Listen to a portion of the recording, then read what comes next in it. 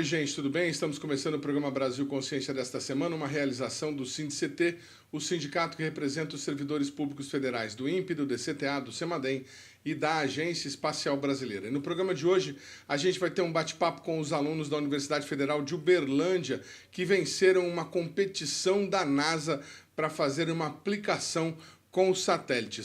Saiba mais ainda neste programa. Nós também vamos mostrar para vocês que o INPE, mais uma vez, foi estrela na apresentação dos dados do desmatamento do Cerrado, com a constante de aumento no desmatamento deste bioma. O governo federal também anunciou um programa de combate ao desmatamento, a quarta fase dele, para o Cerrado. Mas antes a gente traz para vocês algumas notícias do CEMADEM. O pesquisador José Maria Marengo, que nós já mostramos aqui no nosso programa em diversas entrevistas, foi classificado como o cientista mais citado na última década. O climatologista José Marengo, coordenador geral de pesquisa e modelagem do Centro Nacional de Monitoramento e Alerta de Desastres Naturais, foi novamente classificado em 2023 como um dos pesquisadores mais influentes do mundo na área de geociências na última década. Essa é a quarta vez que Marengo é citado no estudo. O mesmo já havia ocorrido em 2019, 2021, 2022 e agora em 2023. Neste ano foram consideradas 10.156 citações em 90 publicações e 6.289 citações de artigos na área de geociências. Também do CEMADEM a informação de que o Instituto realizou manutenção na rede geotécnica instalada nas áreas de morros suscetíveis a deslizamento na região metropolitana do Recife, em Pernambuco. O objetivo da manutenção preventiva é corrigir os equipamentos e permitir que eles estejam operacionais para monitorar possíveis acidentes. Os trabalhos foram realizados pelos pesquisadores e geólogos do CEMADEM, Márcio Andrade e Daniel Metodiev, em parceria com a Agência Pernambucana de Água e Clima, a APAC, e com a Universidade Federal de Pernambuco e Defesas Civis Municipais. Durante 2 semanas foram realizadas a manutenção de 15 estações geotécnicas com pluviômetros na região metropolitana de Recife. E para você que ainda não conhece uma estação geotécnica do CEMADEM, saiba como ela funciona e o que ela pode fazer por você. Veja. Uma plataforma de coleta de dados, ela é constituída basicamente de 2 sensores principais para monitoramento de encostas. O pluviômetro automático em cima e um sensor, uma unidade de sensor de umidade do solo, né, que através do cabo ela coleta informações em 6 níveis de profundidade. Então aqui a cada meio metro tem um sensor até a profundidade de 3 metros. Então essa unidade aqui ela coleta, né, informações da quantidade de água que tem o solo em função da infiltração de águas de chuva. Então basicamente essa estação ela faz isso, né? Ela coleta essas informações, que dentro dessa caixa tem um coletor, um datalogger, registra, processa e, através de telefonia celular, envia essas informações, esses dados, para serem analisados no CEMADEM. Aqui ela está ligada num cabo aí. Ela fica nos lugares remotos aí onde ela fica ligada em cabo. Como é que ela funciona? Qual que é a alimentação de energia? Tem um painel solar e aqui tem 2 baterias. Então é alimentação, né, fotovoltaica. Então ela é independente. Esse cabo que está aqui, esse cabo é o do sensor de umidade. Então esse cabo aqui ele tem um comprimento de 5 a 30 metros. Então a gente tem essa autonomia de até 30 metros para instalar o sensor de umidade, né, distante do equipamento, porque esse equipamento tem que ficar num local seguro. Já o sensor de umidade, ele tem que ficar num local que represente o perfil crítico de solo. Então, muitas vezes ele não coincide em ficar muito próximo à estação, ele tem que ficar um pouco mais distante. Então, por isso que essa autonomia aqui de cabo de até 30 metros. Você que acompanha o programa Brasil Consciência deve ter assistido nossa edição de número 186, na qual a gente entrevistou o novo presidente da Agência Espacial Brasileira, Marco Antônio Chamon. Naquela oportunidade, o presidente nos adiantou que havia o interesse em formalizar um acordo com a Embrapa para que o Brasil participasse na missão Artemis, que vai construir uma base lunar, com a produção de alimentos no espaço, ou seja, estudos para a produção de alimentos lá na base lunar. Pois, muito bem, as duas entidades, a AEB e a Embrapa, assinaram o convênio formalizando este acordo e agora, oficialmente, o Brasil está trabalhando para produzir alimentos na Lua e colaborar com a missão Artemis. Você que perdeu a entrevista, vamos relembrar um trechinho, o que o presidente nos disse sobre esse trabalho. Acompanhe. E a nossa ambição dentro do programa Artemis, aí é que vem a parte que, muito provavelmente, nos assegura uma certa estabilidade dentro do programa. Esse é um programa para criar uma base permanente na Lua, uma permanência humana maior na Lua. Esse é o objetivo do programa, talvez daqui a 30 anos. Que vai começar em países como Estados Unidos com a volta a voos tripulados. Como é que o Brasil contribui para isso? O Brasil vai fazer foguete para ir para a Lua imediatamente? O Brasil não vai fazer, pelo menos não imediatamente, um foguete para levar uma tripulação para a Lua. Nosso objetivo não é esse. Né? Nosso objetivo é participar do programa e construir devagar o nosso próprio programa. E isso pode começar de várias maneiras. Enquanto que a estação espacial era um artefato no espaço, para você contribuir para a estação espacial, você tem que ter tecnologia para fazer partes da estação espacial. Uma base permanente na Lua é um desafio de uma outra natureza. Você precisa de muita tecnologia, sim, foguetes, sim, partes para construir a base, sim, mas você precisa também de conhecimentos, desenvolver conhecimentos para logística, desenvolver conhecimentos para transporte dentro da Lua, desenvolver conhecimentos, e aí eu chego no ponto que eu queria colocar, para alimentar uma mini população humana na Lua. Alimentar significa fazê-la viver lá. Você precisa de oxigênio, você precisa de água, isso não existe lá, você precisa de alimento. Então, nós temos, na realidade não assinamos ainda, mas estamos em vias de assinar uma cooperação com a Embrapa para fazer, como é que a gente traduz Space Farming? Fazendas lunares. Fazer plantação, não, você não vai plantar no solo lunar, mas são containers selados, com todas as condições para produzir alimentos na Lua. A Embrapa tem tecnologia para fazer isso, sabe fazer isso daí. O agro é alguma coisa que a gente está muito imbuído, a gente conhece muito e tem muita tecnologia no agro. A Embrapa sabe fazer isso. Estamos num acordo, assinando um acordo com a Embrapa para isso. Você vai dizer, mas é uma contribuição pequena. Ela não é pequena. Primeiro, ela é essencial, você não vai sem isso. É uma parte que nós estamos assumindo e é uma parte que, acho que dá para perceber, apesar de modesta, é uma parte que a gente consegue fazer, que a gente consegue entregar, portanto, fugimos do vexame nesse sentido, que você se referiu. Podemos fazer, nós podemos entregar, e isso serve de degrau para a gente entrar no programa e fazer mais coisas.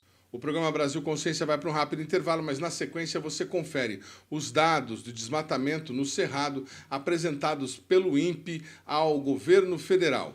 Veja no próximo bloco.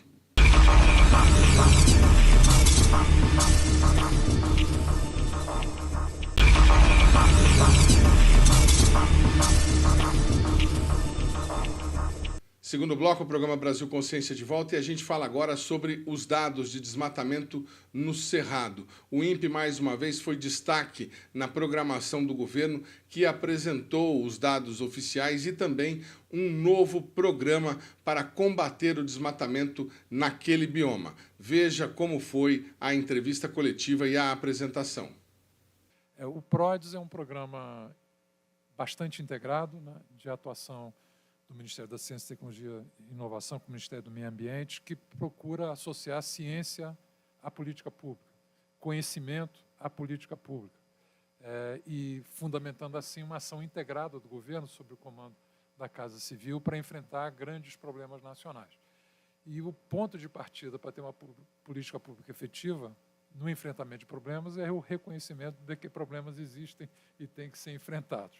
E por isso é um casamento feliz para o Brasil, superando períodos em que o negacionismo é o que predominou na agenda do governo federal, a promoção do casamento da ciência com a política pública para orientar a boa política pública no enfrentamento dos grandes problemas nacionais.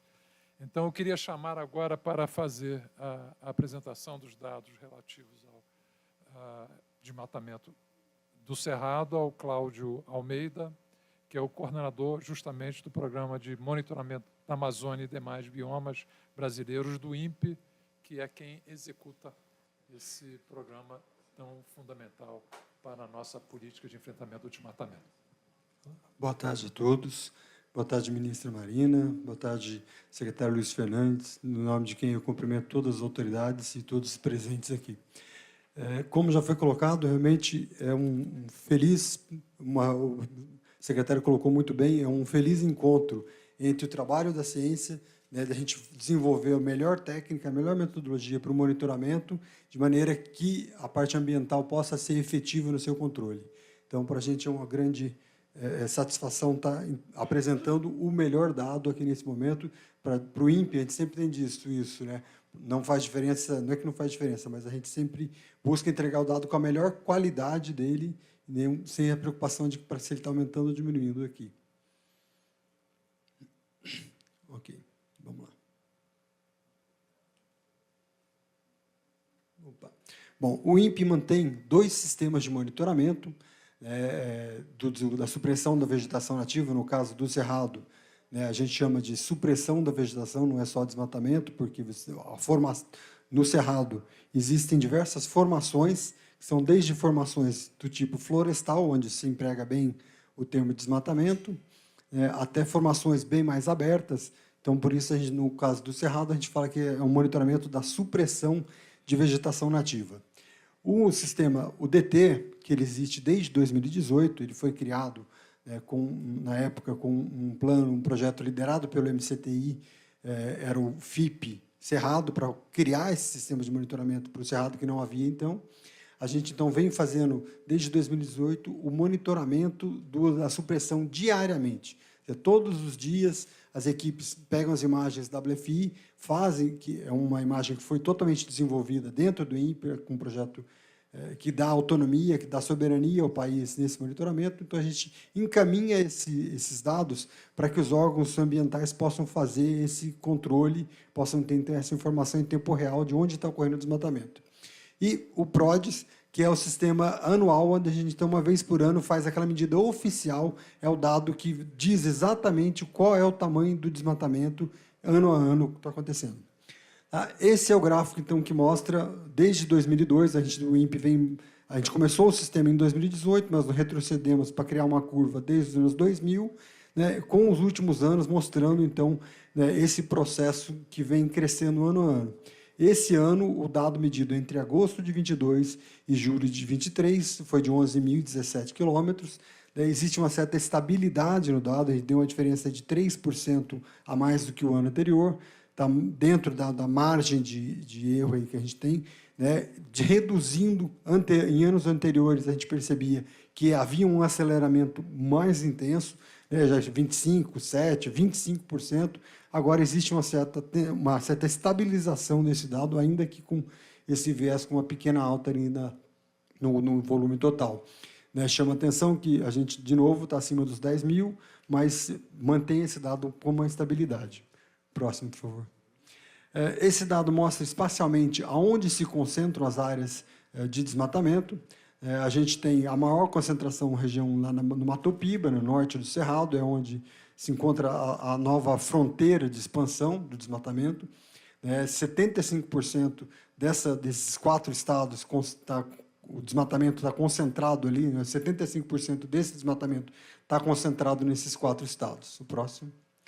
Esse é o dado por estado, a gente olhando, então, como é que foi a evolução ano a ano de cada um dos estados. A gente ordenou por quantitativo, quais são os estados com maior contribuição em 2023, e aí a variação para cada um desses estados.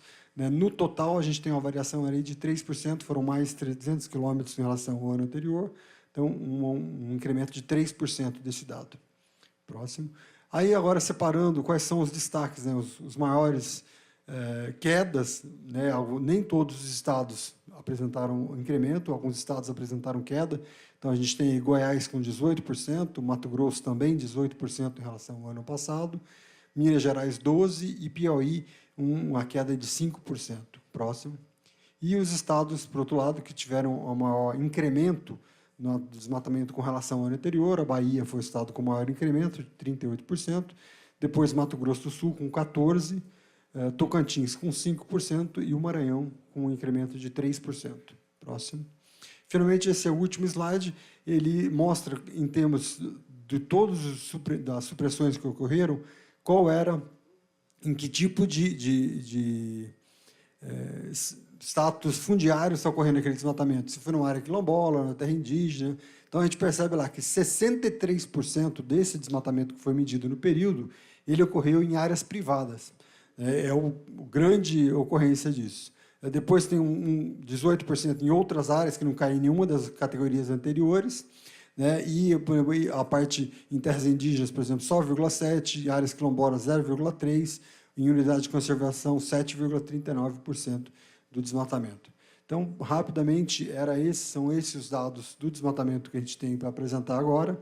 Todos os dados, como é praxe no dado produzido pelo INPE, já vão estar disponíveis ao término dessa coletiva, vai estar, secretário, disponível na página do INPE para que toda a sociedade, toda a comunidade possa utilizar esses dados. Muito obrigado. Logo após a apresentação dos dados do PRODES, o governo anunciou um novo plano de combate ao desmatamento no bioma. Amigos, então, acho que vocês já estão sabendo, estamos lançando aqui, então, hoje o nosso plano de prevenção e controle do desmatamento do Cerrado, que, se não estiver no site agora, estará em poucos minutos, né? E esse plano, primeiro slide aqui, ele faz parte de uma sequência, né?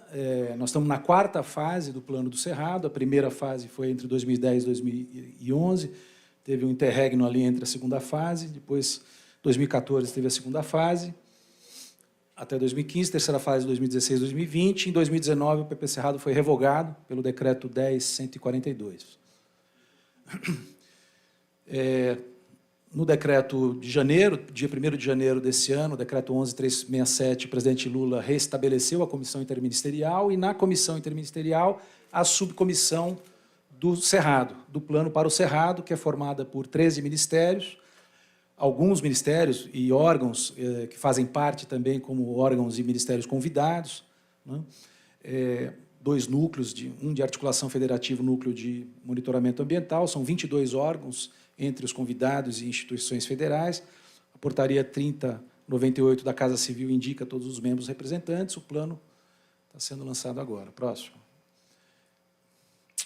Então, o plano é construído através de um método, né? Esse método ele começa com um seminário técnico-científico, em que tem a participação intensa, ativa de órgãos da academia, né? Universidades, dos órgãos estaduais de meio ambiente, de membros do governo federal que compõem a comissão interministerial, da sociedade civil, onde se discute, são apresentados os principais desafios, as causas, né? Os principais vetores de desmatamento.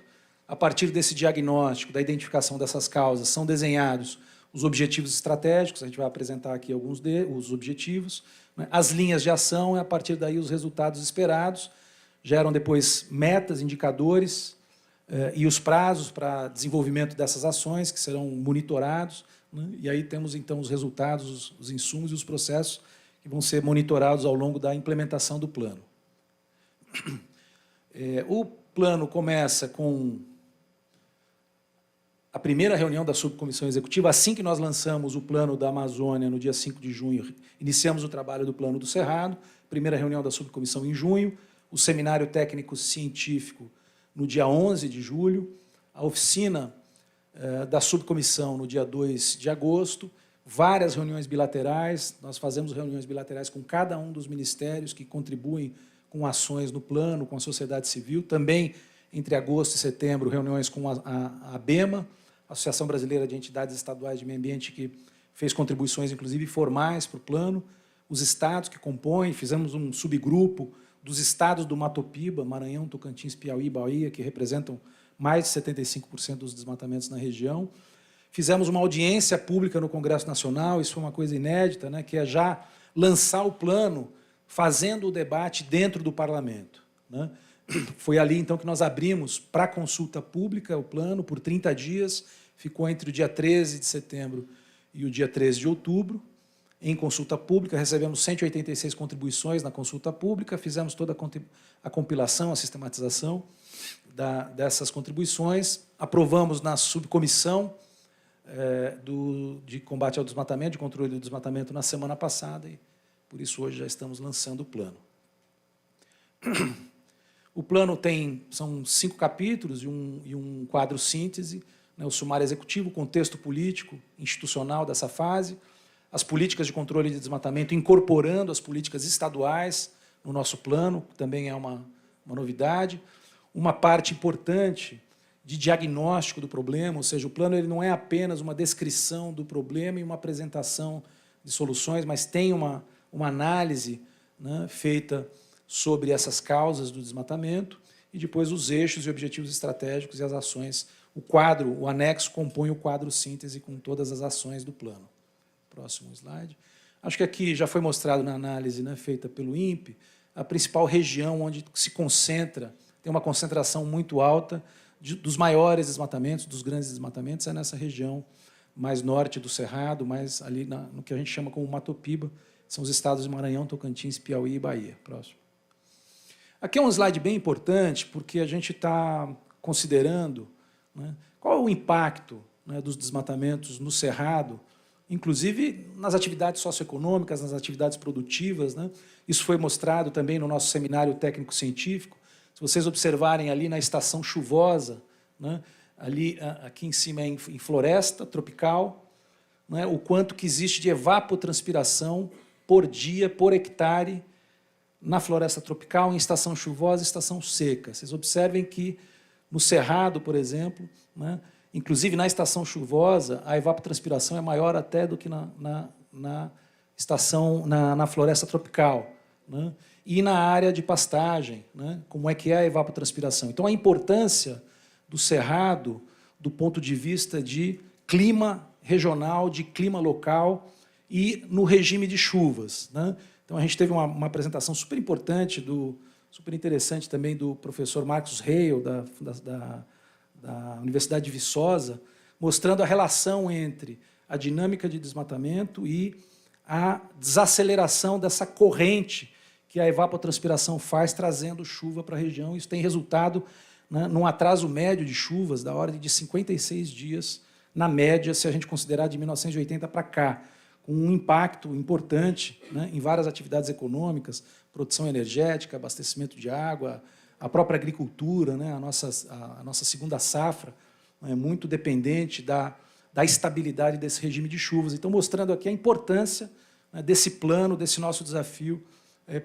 não só para o Cerrado, para a biodiversidade, para o clima no Brasil, mas para a própria produção agropecuária e de energia do Brasil também. Próximo slide.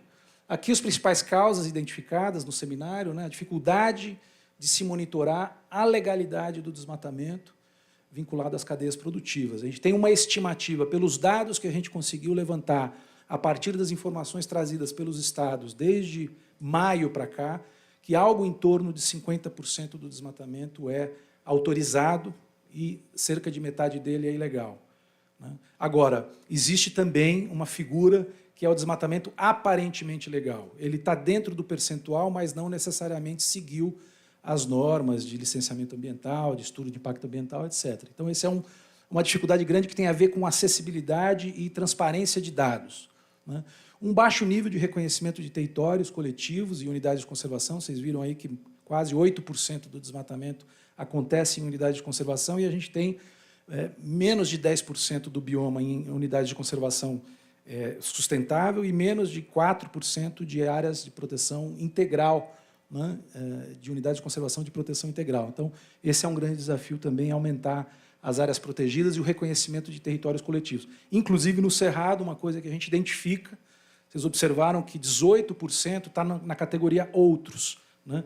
Tem ainda um território grande no Cerrado que não tem definição fundiária. Tem áreas estaduais devolutas, tem áreas não discriminadas, tem áreas em disputa ainda no território, né? No território do Cerrado, e muito desmatamento ainda acontecendo nessas áreas. A expansão agrícola, a especulação fundiária e a gestão hídrica ineficaz, porque não existe, infelizmente, ainda uma integração desses dados, um monitoramento preciso, por exemplo, de outorga d'água, né? Essa relação entre a infraestrutura verde, que é a infraestrutura do Cerrado, que dá suporte para a produção e conservação de água, e a sua correlação com a gestão hídrica, né? E a gente tem observado muitos casos de autorização de desmatamento que é dada, mas o desmatamento não é realizado. Isso apenas para valorizar a terra. Tem casos, né, na região de Matopiba, em que uma área que vale R$50 mil o hectare, isso é um preço de terra no estado de São Paulo, né? Com a autorização de supressão, ela vai para R$100 mil o hectare. Se tiver outorga de água, vai para R$120, R$130 mil o hectare, né? Ou seja, uma valorização bruta com duas medidas administrativas. E essas autorizações não são executadas, e isso dificulta ainda mais o controle, né? Porque você tem um volume grande de autorizações, mas o desmatamento não está correlacionado às autorizações. E os 4 eixos das atividades do plano, né, e os objetivos correlatos a esses eixos.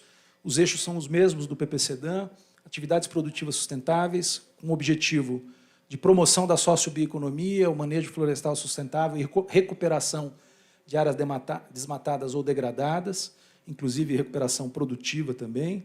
Objetivo 2, estimular atividades agropecuárias sustentáveis. Objetivo 3, ampliar a pesquisa, produção de conhecimento e também formação e assistência técnica para atividades produtivas. Uma linha importante é investimento para conhecer mais essa correlação entre a expansão da fronteira no Cerrado, a conservação do Cerrado e a sustentabilidade, o suporte ecológico para essa e ecossistêmico para essa produção. O objetivo 4, ligado ao monitoramento e controle, que é o fortalecimento da atuação dos órgãos federais e garantir a responsabilização por crimes e infrações administrativas ligados ao desmatamento e à degradação florestal também. Objetivo 5º, aprimorar o monitoramento, a análise, a prevenção e o controle do desmatamento, toda essa agenda de monitoramento e análise da dinâmica de desmatamento e degradação, ligado também a cadeias produtivas. A redução de incêndios florestais como um objetivo. No Cerrado existe um manejo do fogo, não é mais apropriado falar em manejo do fogo, manejo integrado do fogo, do que propriamente o controle, né, do fogo. Objetivo 7, aprimorar os sistemas e integrar os dados de autorização de desmatamento, embargos, autos de infração, estaduais, inclusive municipais. Tem muitos casos de municípios autorizando desmatamento sem que o próprio Estado saiba que isso está acontecendo, muito menos o governo federal, porque não há integração desses dados. Então, isso precisa ser resolvido, né, no âmbito do plano. Ela andou mais rápido que eu aqui. Eu estava no objetivo 8, que é fortalecer a articulação com os estados para a implementação do Código Florestal. O terceiro eixo, pode ir para o próximo. Objetivo 9, garantir a destinação de terras públicas, né? Existe uma aparente, né, impressão de que no Cerrado está tudo resolvido do ponto de vista fundiário. Não é essa a realidade. Ainda existem terras públicas não destinadas, seja para proteção, conservação, uso sustentável, ou até mesmo para regularização fundiária, obviamente, e também de povos e populações tradicionais. Ampliar e fortalecer a gestão de áreas protegidas, um grande desafio, ampliar áreas protegidas no Cerrado. Coordenar, objetivo 11, coordenar e alinhar planejamento de grandes empreendimentos e projetos de infraestrutura com a nossa meta do desmatamento zero até 2030. Né? Objetivo 12, ainda no ordenamento fundiário e territorial, é o planejamento, né, a realização do planejamento territorial e implementar instrumentos previstos na lei para assegurar a conservação dessa infraestrutura verde ligada à manutenção e recuperação de regime hídrico, quantidade e qualidade de água. Né? Por fim, instrumentos normativos e econômicos, o eixo 4, que é a criação, o aperfeiçoamento e a implementação desses instrumentos normativos e econômicos para controle e redução do desmatamento e conservação da biodiversidade, que é toda essa agenda ligada a pagamento por serviços ambientais, a questão do crédito de carbono, e instrumentos econômicos para a manutenção da floresta em pé. Por fim, algumas medidas que a gente destaca aqui, que são bem importantes, né, para a gente reverter essa tendência aí que a gente vem observando de alta no desmatamento. Primeiro, muito importante essa articulação com os estados. A gente vem fazendo um esforço, e agora o ministro da Casa Civil, a ministra Marina, né, estão colocando aí a importância da gente se articular com o consórcio dos estados do Nordeste, e a nossa ideia é fazer um projeto estruturante do Fundo Amazônia para essa integração de dados, colocar recursos do fundo para ter um grande projeto de integração de base de dados de desmatamento, de autorização de supressão de vegetação, todos os dados ligados a essa agenda para que a gente tenha efetivo controle do que está acontecendo. No âmbito do governo federal, vai ser muito importante estruturar essa base de dados e integrar, agora que o Cadastro Ambiental Rural passou para o Ministério de Gestão, fazer essa integração entre o Sinaflor, que é o sistema coordenado pelo IBAMA, que traz as informações sobre a circulação de madeira, a emissão de autorização de supressão e manejo florestal, junto com o Cadastro Ambiental Rural, que é um sistema de monitoramento e controle do desmatamento, para que a gente tenha essa plena integração dos dados, né? Precisamos fazer uma revisão e o fortalecimento da norma federal sobre transparência a respeito desses dados, né, e os critérios para autorização de supressão. É uma norma de 2006, né, o Código Florestal veio, inclusive, depois disso. Então, a gente precisa atualizar essa norma para, de fato, criar a condição de que haja essa integração de dados sobre desmatamento, para, de fato, a gente separar o que é o desmatamento legal do que é o ilegal e poder dar o tratamento adequado para cada uma dessas categorias. Próximo slide. Aumentar a fiscalização, isso é absolutamente importante, não só a fiscalização presencial em articulação com os estados, mas cada vez mais implementar a fiscalização remota, né, seja a autuação, o embargo, né, fazendo o uso cada vez mais efetivo da tecnologia da informação, do sistema remoto de monitoramento. Próximo slide. Novas UCs nas áreas prioritárias, hoje menos de 3% de unidade de conservação de proteção integral, então esse é um grande desafio. O ICMBio tem um volume aí de umas 186 áreas em estudos, não tudo isso no Cerrado, mas também no Cerrado, né? Próximo. E a implementação de rastreabilidade agropecuária como um mecanismo para fomentar a produção, garantir a sustentabilidade, garantir acesso aos mercados, né, e garantir, de fato, que a gente separe o joio do trigo, ou seja, o que está ligado a desmatamento, bloquear desmatamento ilegal, bloquear acesso aos mercados e valorizar a produção agropecuária sustentável. E a gente sabe, o dado geral no Brasil é menos de 2% dos imóveis no CAR com desmatamento ilegal. Embora isso signifique um volume expressivo de desmatamento, né, proporcionalmente em relação aos imóveis cadastrados, é uma minoria, e a gente precisa fazer essa separação. A rastreabilidade, que vem sendo conduzida também pelo Ministério da Agricultura, é um elemento muito importante. E uma novidade que a gente está estudando e vamos avançar é como é que a gente integra, né, prioridade de outorga de água à conservação do cerrado, né? A legislação autoriza tanto a outorga de água quanto o desmatamento. Então, a ideia é que a gente faça uma integração disso. Quer dizer, conforme se conserva cerrado, se consegue acesso e prioridade também para a outorga de água. O programa Brasil Consciência vai para um rápido intervalo e, na sequência, a gente volta com a entrevista com os estudantes da Universidade Federal de Uberlândia sobre a participação no torneio da NASA. Um instante só, não sai daí.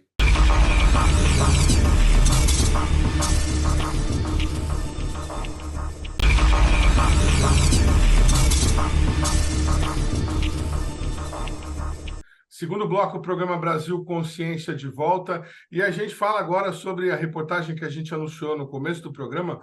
Vamos conversar com o pessoal lá da Universidade Federal de Uberlândia, que participou do Hackathon da NASA com sucesso na missão e conseguindo o primeiro lugar na etapa nacional. A turminha toda reunida, estava conversando com eles em off aqui, nunca falei com tanta gente ao mesmo tempo aqui pelo programa, sempre há uma primeira vez. Vou seguir aqui pela ordem de janelinhas: o Vinícius Zanini, a Isabel Chaves, o Gabriel Ribeiro, a Larissa Borges, o Gustavo Ferreira.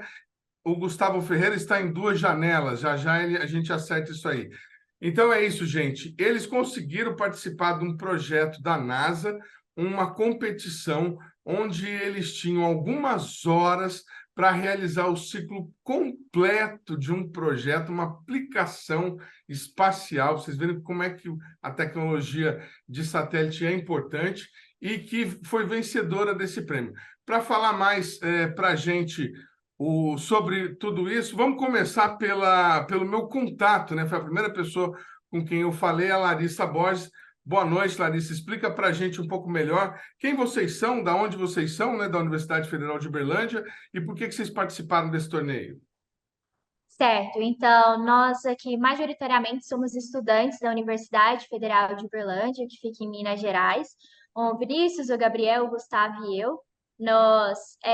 Bom, então basicamente o interesse pelo Hackathon Brasil ah, despertou em mim montar essa equipe aqui, mas eu acredito que todos aqui já são engajados nessas causas espaciais, já tinham uma certa experiência desses desafios aí antes.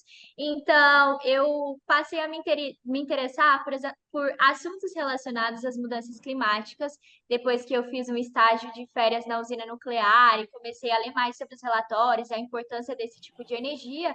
Então, só para contextualizar, eu faço curso de engenharia elétrica, então começou a fazer sentido e a me preocupar. Então, eu já estava esperando pela abertura do Hackathon desde o ano passado, e aí, quando anunciou que estava prestes, né, que eram as pré-inscrições pelo Hackathon Brasil, desse evento aí da NASA, eu já comecei a tentar procurar as pessoas. Então, a primeira pessoa que entrou na equipe foi o Vinícius, ele estuda aqui engenharia biomédica, ele programa bastante, então a gente começou a pensar numa equipe que pudesse se ajudar com as diferentes habilidades. E aí, depois eu comecei a pesquisar, né, as próximas pessoas que também gostassem desse assunto. Então, a próxima pessoa foi a Isabel. A Isabel vai poder falar melhor, mas ela já é uma cidadã cientista voluntária, ela já tem uma experiência aí de explorar os dados da NASA. Então, eu achei que ela ia ajudar a gente bastante a entender com os tipos de dados que a gente ia trabalhar nesse hackathon. E ela desempenhou um papel muito forte nisso, porque ela explorou bastante antes do desafio aí o que a gente ia poder usar, enfim. E aí depois eu pensei em chamar alguém que já tivesse participado do evento, porque assim a gente já teria é, a, a informação de como que funciona essa experiência do Hackathon da NASA em 48 horas antes. E o Gabriel, ele também ganhou na etapa regional do ano passado. Então, essa é a segunda vez que ele participa aí com êxtase. E depois o Gustavo. O Gustavo, ele também é do curso de Engenharia Biomédica, programa bastante. Ele entrou aí no finalzinho, já prestes a começar, mas foi, assim, uma participação chave que nos ajudou muito a melhorar a nossa ideia. Muito legal. Bom, só para a gente resumir, então, todo mundo é de engenharia? Não, o Gabriel não é. O Gabriel se Gabriel você não é quiser de falar. engenharia. O Gabriel fez o quê, Eu Gabriel? faço, Faz o quê, eu, Gabriel? eu- eu faço sistemas de informação pela Universidade Federal de Uberlândia também. Então, Legal. blocos vizinhos ali. Bacana, bacana. Vocês já se conheciam ou não? E a Isabel também, ela Não. tá no colegial ainda, né? É importante Isso, falar é que, verdade. A que a Isabel é menina do não tá nem na colegial ainda. Que faculdade. legal, Ela não tá nem Isabel. na Bacana. A faculdade gente vai fazendo conversar essas sobre coisas. isso também. Muito legal. Muito legal mesmo. Bom, vamos. Quem já tinha experiência, né? Como é que é o torneio? Assim, você tinha a ideia de participar, por quê? Porque o pessoal da sua universidade sempre participa. Vocês já sabiam o que acontecia, é isso?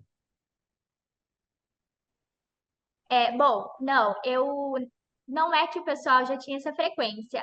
O interesse mesmo era de poder participar de algum evento da NASA, porque eu tinha consciência que é de peso muito grande para a sociedade.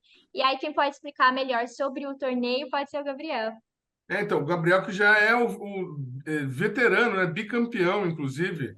Boa noite, Gabriel. Vamos lá, conta um pouquinho para a Boa gente. noite, Edmo. Que bicho é esse? É muito difícil participar disso? Vocês são inteligentes tanto assim, não? Como é que é isso?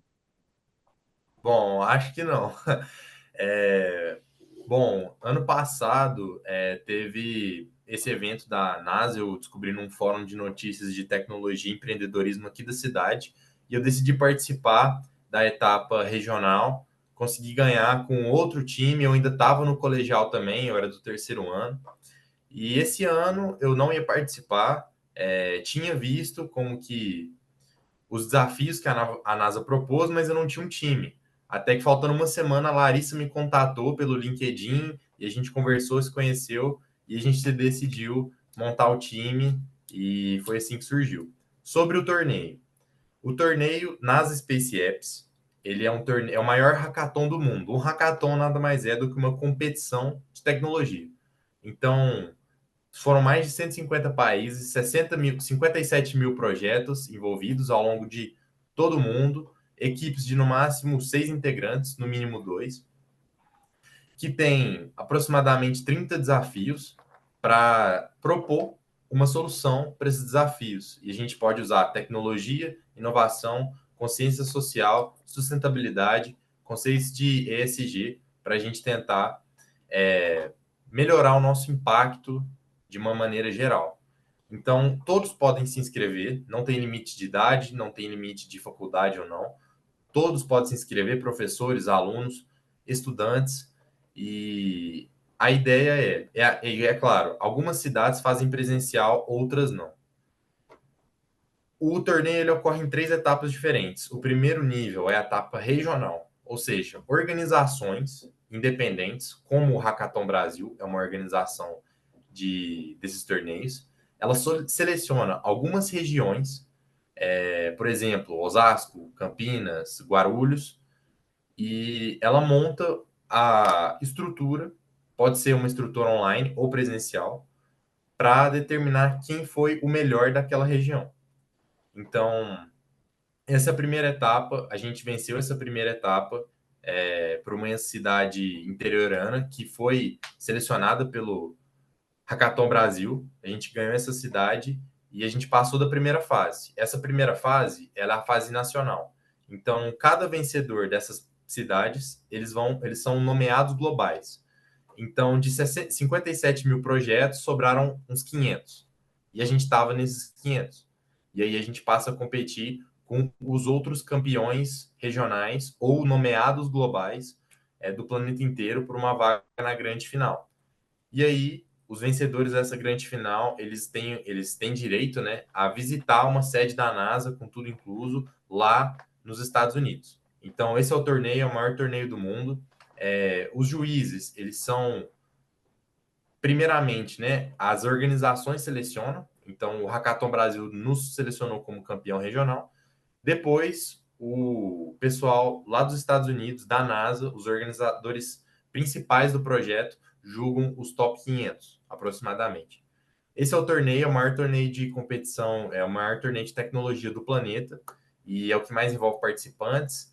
E, bom, esse é o torneio, essas são as regras. E a gente tem só um final de semana para resolver, então são 48 horas. Começamos no sábado, terminamos domingo meia-noite. Então, essa é a dinâmica, não pode começar antes, não pode fazer nada depois. A gente tem que apresentar um pitch, esclarecendo o nosso projeto, porque ele é importante, porque ele tem impacto social, ambiental, como a gente utilizou tecnologia, o que a gente fez com os dados da NASA, como que a gente interpretou eles, como que a gente linkou eles com a nossa solução. Tudo isso em 48 horas. Muito bacana mesmo. Mas você falou de 30 problemas, e aí vocês escolheram um. 30 problemas. Isso. Cada equipe seleciona um problema para resolver. Então, a NASA coloca 30 opções de problemas, né? Então, tem essa problemática aqui, no caso nosso da poeira mineral, tem outra problemática de focos de incêndio, cada equipe seleciona uma. E aí a gente tem que desenvolver uma solução em cima daquela problemática. Legal. Aí vocês escolheram essa questão da poeira. Como é que foi definir essa estratégia de usar o satélite, esse tipo de imagem e tudo mais? E como é que foi o desenvolvimento desse negócio em 48 horas? O que vocês mostraram de produto? Já deu para botar no celular lá e sair resultado? Como é que foi isso? Bom, eu posso introduzir a escolha do tema. Então, assim, quando eu chamei a equipe, nós estávamos realmente interessados em escolher um tema que a gente pudesse falar com mais assim, propriedade, tendo alguma certa experiência, né? Seja, por exemplo, eu tenho uma certa experiência de estudar bastante, astronomia, enfim. Então, a gente estava realmente disposto a falar sobre mudanças climáticas, porque por ler bastante, ser uma coisa acessível, a gente estudou bastante artigos da ONU relacionado a mudanças climáticas, a gente tinha mais assim entendimento, clareza para poder pensar em uma solução prática sobre isso. Então, nós avaliamos todos os 31 desafios e nós escolhemos a missão MIT para o futuro. Bom, e aí, basicamente, o próprio desafio ele tem por objetivo que você crie um aplicativo seja conscientizando sobre a importância dessa missão para a humanidade e também a aplicação. Ela pode ser usada para ajudar alguma comunidade subrepresentada ou injustiçada ambientalmente. Então, a partir desses pontos que a NASA nos dá a chave, nós começamos a discutir como aquele evento que a missão MIT está relacionada, ele está impactando comunidades, de que forma, né, regionalmente, e aí foi onde nós acertamos diretamente aonde a gente queria propor soluções de mitigação e também como a gente poderia usar esses dados.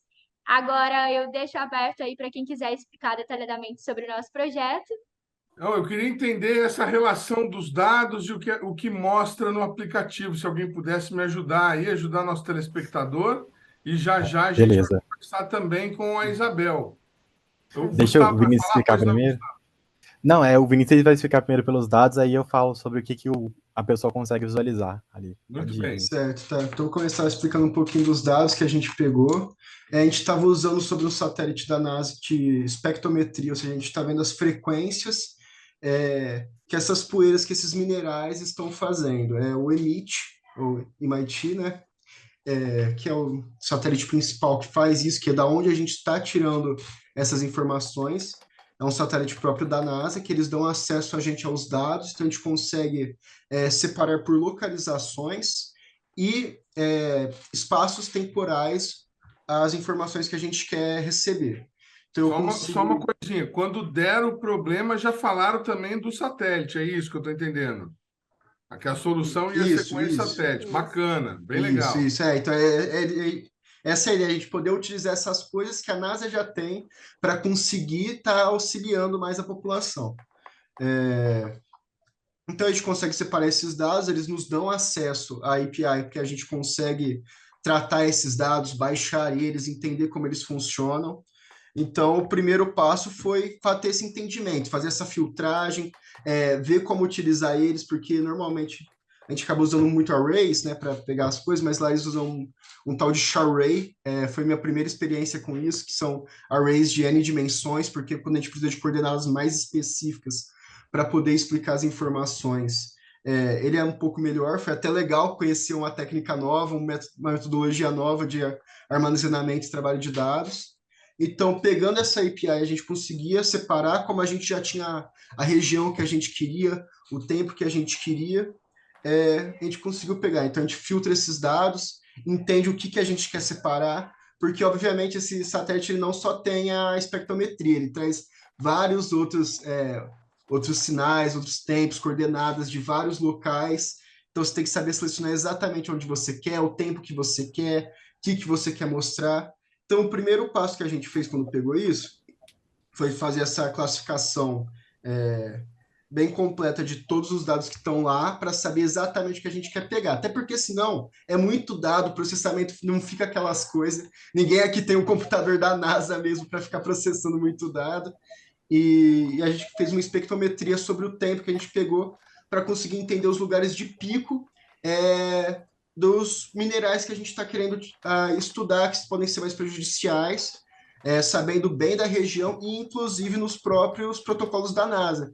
Quem separou isso bastante para mim foi a Isabel, que ela fez uma mão na roda ali, separando aqueles dados já, para a gente conseguir estar estudando. Quando você fala minerais, você está falando em partículas em suspensão na poeira. Isso, exato, que já estão não na Terra mesmo, os minerais já suspensos que estão formando as poeiras, estão formando as nuvens. Então, com isso, a gente consegue entender pela latitude e longitude, mais ou menos, quais são os espectros de onda que a gente está tendo mais problemas e, com isso, identificar os minerais que estão na atmosfera. E, lógico, com essa identificação, a gente consegue saber um pouco melhor o que fazer com eles. Aí a gente mapeia um pouco, coloca no mapa, isola e consegue ver por toda a região como está se formando. Então, a gente consegue ver, está se formando aqui, está se formando aqui. Tem tal mineral aqui muito. Poxa, isso não é comum dessa região, porque isso está acontecendo. Qual o perigo disso? E aí o Gustavo e o Gabriel acho que podem falar um pouquinho melhor sobre também como isso aparece no aplicativo, como é a nossa ideia de mostrar isso. E todo o trabalho que foi feito ali. Por favor, então, por gentileza. Ao longo desse final de semana, a gente tinha que produzir certas coisas obrigatoriamente. a gente tinha que produzir o pitch, a gente tinha que produzir uma forma de mostrar a informação, certo? Então a gente escolheu fazer isso num site, da mesma forma que a gente tinha que fazer a aplicação, né? Fazer ali tudo que a gente estava da análise dos dados, gerar alguma coisa. Então, no que a gente estava mexendo, a gente estava produzindo o site, o Vinícius estava ali mexendo com a parte de dados, e a gente encontrou alguns problemas, né? Primeiro que era muito diferente do que a gente já tinha mexido, então, só de entender o que estava acontecendo ali já foi um tempo muito grande. Então, o Vinícius foi passando para a gente, foi tentando produzir alguma coisa que a gente pudesse usar. No final, acabou não dando para juntar tudo. Mas o que a gente teve foi um site que explicava da problemática, explicava o que era as nuvens de poeira, um identificador, mais ou menos ali, mostrando como funcionaria o projeto uma vez pronto. Então a gente tinha um mapa, a gente plotava, nossa, essa região aqui está com uma nuvem de poeira, essa outra também, e o que compõe ela? O que é o principal mineral, né? Então, se não me engano, no exemplo que a gente deu, tinha ferro, sílica, bem como a localização de uma tribo específica. Então, a gente escolheu um local específico, a gente sabia que era mais ou menos a posição de uma tribo, e a gente colocou ao redor dela as nuvens, né? Atualmente, né, até na noite do domingo, a gente não conseguiu fazer com que as informações fossem reais, né? Mas aí a gente fez análise, conseguiu ali trabalhar com o satélite, e a gente colocou nisso imagens lá no site também, mostrando o que a gente conseguiu obter, e a gente deu o exemplo de como ficaria uma vez que tivesse feito toda essa integração.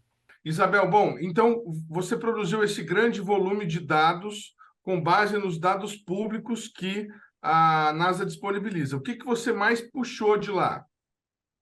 Sim, eu contribuí assim na equipe, pesquisando no banco de dados da própria NASA, que já era uma coisa familiar para mim. Eu fiz essas pesquisas por meio do OSINT, que é a inteligência de fontes abertas, e algumas filtragens, que são pelas técnicas do Google Docking, né? Então, dentre diversos volumes de dados, entre notícias, programas da Agência Espacial, eu consegui filtrar arquivos que eram mais relevantes para toda a equipe e das necessidades que a gente tinha no momento. Então, se a gente precisava sobre alguma coisa relacionada à API climática ou relacionada ao próprio funcionamento do MIT, eu filtrava os conteúdos, pesquisava e mandava diretamente para o grupo, onde a gente comunicava do WhatsApp. Muito bacana. E, Gabriel, e como é que foi o desenvolvimento do trabalho propriamente dito? Essas horas que vocês ficaram aí, quem ficou presencial, quem ficou remoto, como é que vocês trabalharam? Bom, 48 horas de pura loucura. Então, foi uma experiência muito desafiadora. Eu, a Larissa e o Gustavo estávamos presencial no escritório da empresa onde eu trabalho, aqui no Pátio Sabiá, em Uberlândia.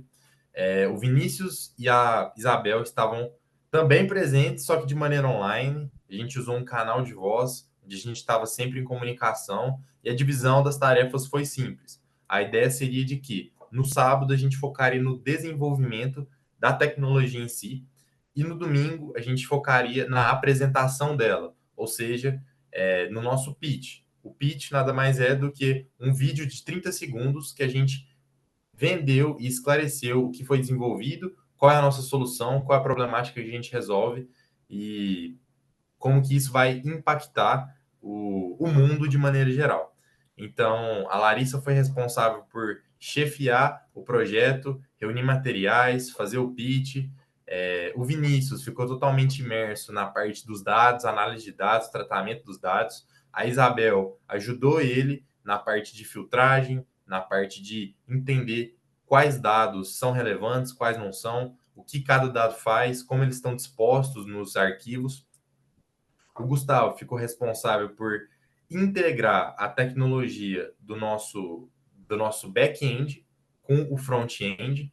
Então, o Gustavo fez a ponte e eu fui mais responsável pela parte do front-end. Então, a gente usou Python com Flask no front-end, a gente utilizou várias tecnologias, várias bibliotecas para analisar esses dados. A gente fez um site para ficar visualmente interessante para a comunidade se engajar no projeto, para qualquer pessoa poder ir lá, acessar o mapa em tempo real, o mapa que é interativo, né? Então, ele consegue acessar, ele consegue clicar para saber informação de nuvens que estão se aproximando de uma vila, e tudo isso dentro de um site que explica passo a passo o problema, nossa solução, nossa tecnologia, nossas ideias.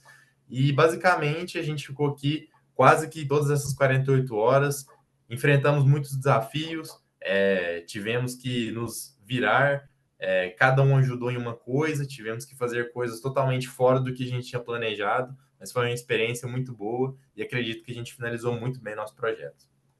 Alguém ficou sem dormir, não? Não, só dormi sem dormiu, dormir todo mundo Só dormiu dormiu pouco. pouco, dormiu pouco. Quem dormiu mais, dormiu quanto tempo? Umas 5 horinhas dormiu por aí. Dormiu umas 5 no máximo. dormiu bastante. Não, Quem deu para cochilou descansar bem foi bastante. umas 5 Nem horas. foi tão puxado assim, vocês estão fazendo drama. Muito legal, gente. Obrigado pela participação.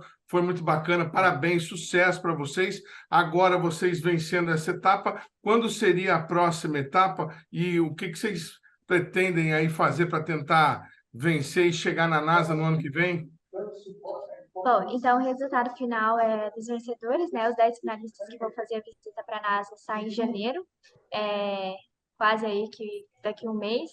Bom, e a gente está com a expectativa alta. Mesmo se a gente não vencer nessa etapa, nós estamos muito entusiasmados para colocar a nossa ideia em prática, porque nós confiamos que ela pode ajudar aí na meta da ONU de sistema de alerta prévio contra a tempestade de areia até 2027, mais precisas. Então, a gente também ganhou uma bolsa aí no Founder Institute, que é uma plataforma renomada que ajuda, né? Bom, ela, como se diz, Gabriel? Ela apoia ideias De a virar desenvolvimento de startups. startups. Isso. Isso, obrigada. Ela mentora, ela ajuda a gente a desenvolver o nosso projeto para virar um projeto real. Então, para a gente chegar na NASA, para a gente chegar em pessoas que querem investir, eu tenho alguns contatos lá dentro da NASA, de um antigo chefe meu que trabalhou lá, que diz que esses projetos têm muito potencial de arrecadar fundos de investimento. Então, essa é a nossa visão de futuro, né? Sim. Muito bacana. Muito bacana, Bom, gente. Obrigado mesmo pela participação. A gente vai ficando por aqui. O programa Brasil Consciência de hoje se despede, mas você que quiser conferir os demais programas produzidos pela Rádio do SINCT, deve acessar a nossa página que está aí na tela para você nesse momento. Você que quiser conferir todo o conteúdo do BCC, nossa página na internet e também o YouTube da TVT estão sempre disponíveis para você consultar. Nosso e-mail está aí para você neste momento, para você enviar aquela dúvida, aquela crítica, aquela sugestão. A gente volta na semana que vem com mais uma atração inédita para vocês. Tchau, gente. Um abraço. Gente, brigadão, viu? Desculpa qualquer coisa, acho que agora deu. Agora Conseguimos. foi. Valeu, hein? Obrigado, Deixa eu gente. ver Falou.